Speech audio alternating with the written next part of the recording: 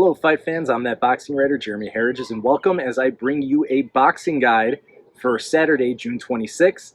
I'll have you all caught up with what's going on, when's the action, what time, where can you see it, and all that good stuff.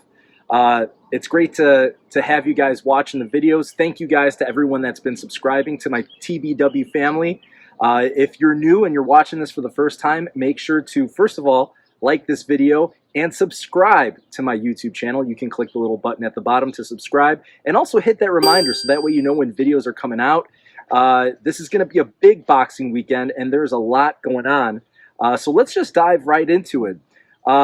First of all, right now on TV on ESPN Plus, there's flyweights, Jay Harris versus Ricardo Sandoval. That's going to be going down in a few minutes. You'll probably be watching this after the fight has occurred, but that should be a good little bout that's going on.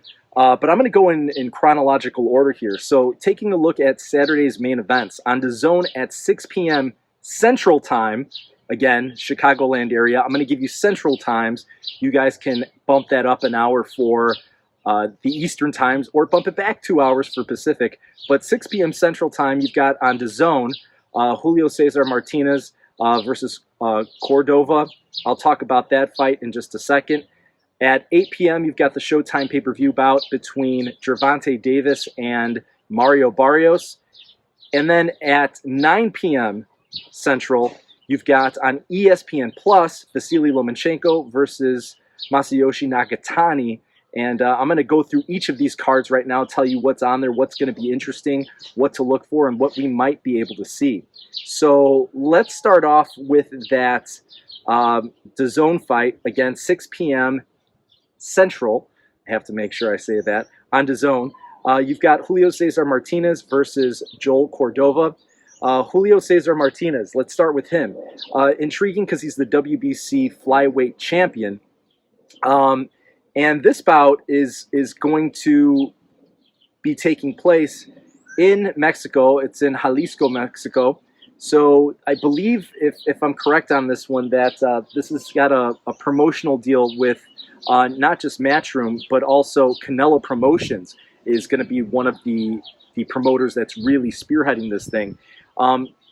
Julio Cesar Martinez, good champion. 17-1, 13 knockouts, has power at the flyweight division. I just wish he was in against a better opponent. Joel Cordova, 12-4-2. Looking at his resume, nothing really jumps out that shows me that this is going to be a fantastic bout or that he is worthy of Julio Cesar Martinez. So it looks like a little bit of a clunker at first glance here.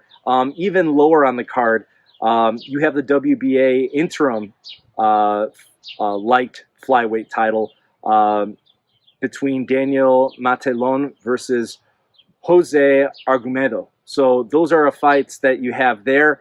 Not much beyond that. So there's two bouts worth watching. But again, that Martinez versus Cordova fight, I don't think it's going to be very competitive. But I will be keeping tabs on that fight as well.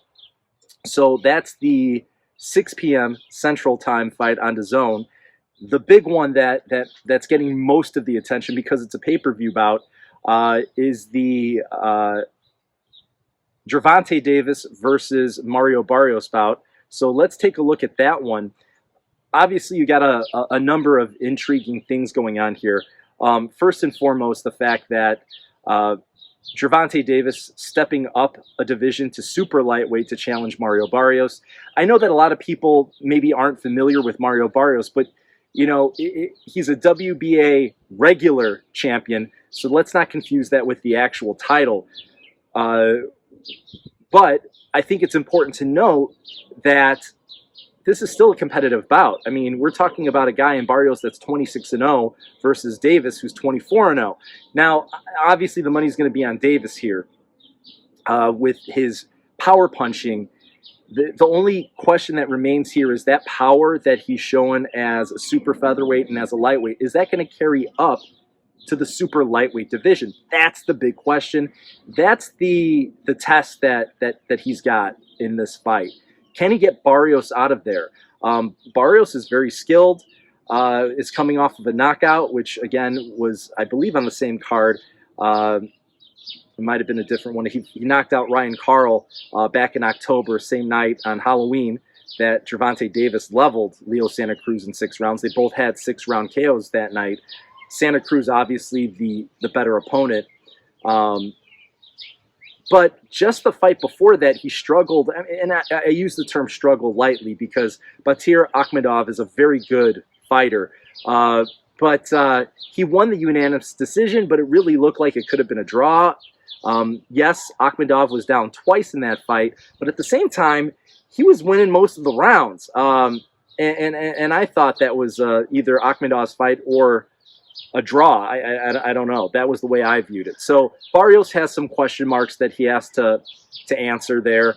But so does Gervonta Davis. Again, what's his physical conditioning going to be at 140 versus when he was a lightweight or when he was, super featherweight down at 130? So I think those are big questions that we're trying to figure out right now. What is Gervonta Davis showing us right now?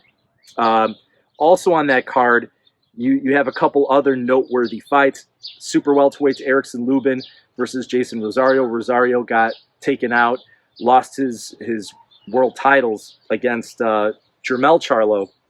That weird body shot, that jab to the body that had him like convulsing on the canvas. Rosario says that he's back, he's ready. Erickson Lubin has had some impressive victories against guys like Gallimore and so on.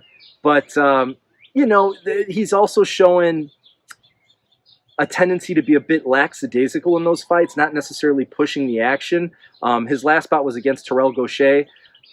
Again, he won those fights, but you just get the sense that maybe he's missing something.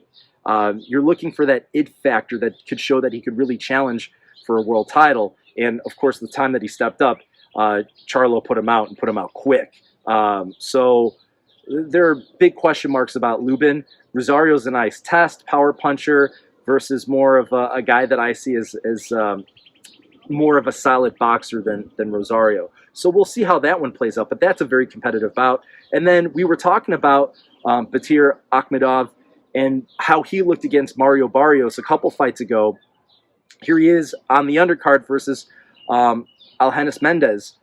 So really, that's going to be an interesting bout there against Algenis Mendez. What is going to happen in that fight? Well, I think Akhmedov is going to steamroll him, but Mendez is a very experienced veteran, someone that's been around the block a few times. Lost his last bout to Richardson Hitchens via split decision, which I thought was a clear loss for him. I thought that was more unanimous rather than a split, but whatever.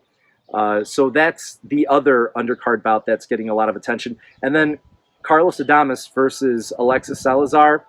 That should be an interesting one. Another super welterweight bout. We were expecting Julian Williams versus Brian Mendoza. Julian Williams had to pull out with an injury. So Carlos Adames versus Alexis Salazar it is. So those 4 bouts will be on the, and make sure I'm counting these right. Yeah, 4 bouts will be on the pay-per-view card on Showtime pay-per-view. That starts at 8 p.m. Central Time. But if you don't feel like paying the money for that fight, you can follow along in fansided.com/boxing. I'll have live fight results. I'm not doing a live round by round, but I will be doing live fight results. So the second those bouts are over, I'm getting everything on the website updated.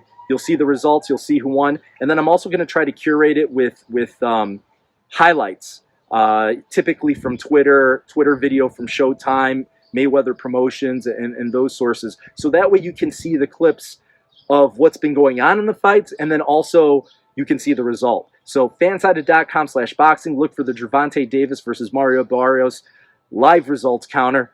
I'll have that action, and I'll be doing standalone articles as well. I'll do highlights and recaps for Fansided tomorrow for all of these bouts that we're talking about on Saturday's lineup.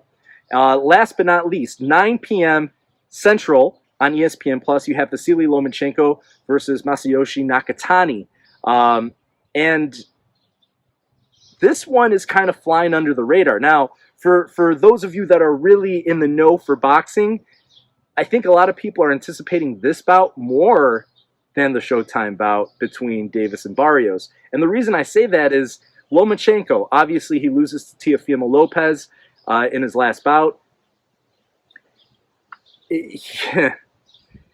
It's hard to tell. Yes, he started late in that Lopez fight.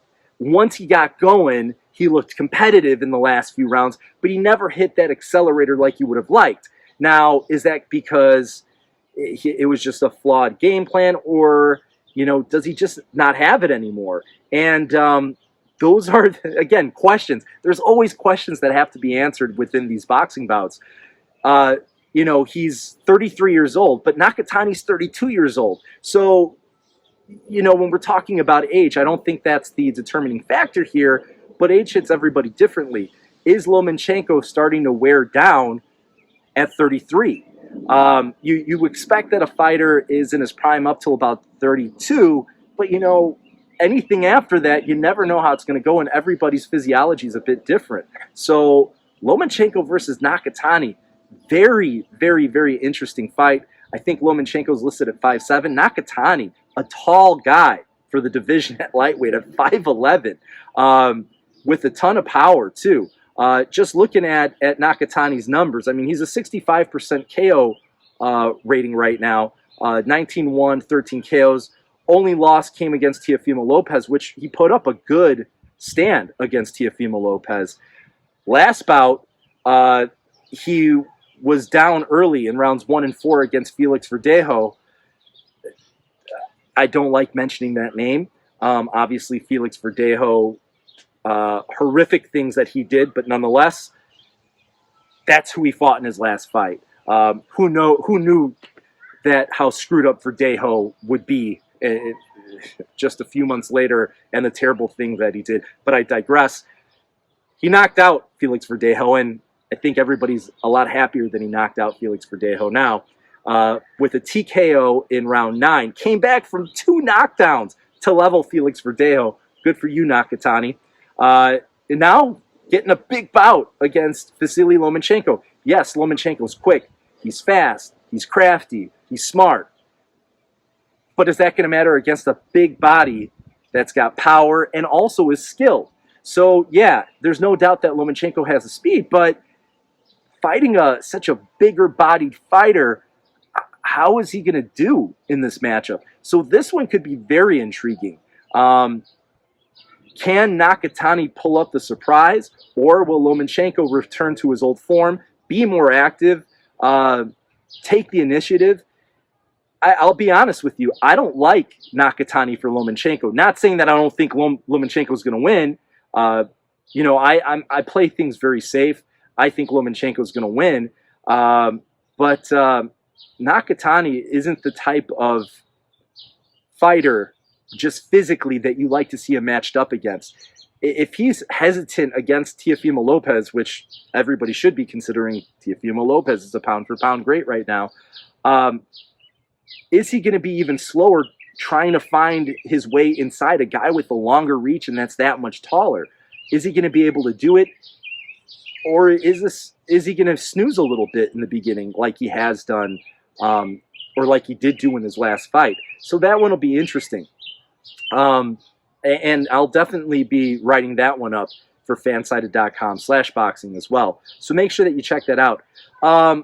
Lower on the undercard for that ESPN Plus show, the main undercard in this bout is between Zanabek Alameknahuli versus Rob Brandt. That's a middleweight bout. Zanabek obviously is 9-0. Looks like he could be a great up-and-coming fighter in the middleweight division.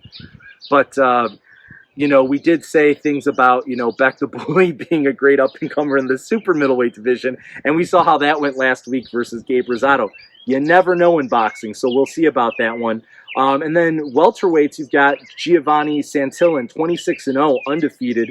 Nice little prospect there versus Cecil Mikala. So that'll be another interesting bout. So really, it's those 3 bouts that are the ones that really should have your attention. Guido Vianello, the heavyweight, is also lower on the card. He had that draw against Kingsley eBay. Looked very mortal in that fight. The buzz on him seems to really have just been gone after that fight. You would expect a guy like that to dust Kingsley Ibe, which did not happen. Honestly, probably should have lost that fight. Shouldn't have even gotten a draw. So we'll see if he can try to, build up his reputation again. I don't know. But those are the fights that you should be watching. And should be another action-packed boxing weekend. Make sure to like this video. Make sure to subscribe and hit that reminder button. Stay tuned. I'll have more content for you guys coming up in the coming days. And that's it for today. Cheers.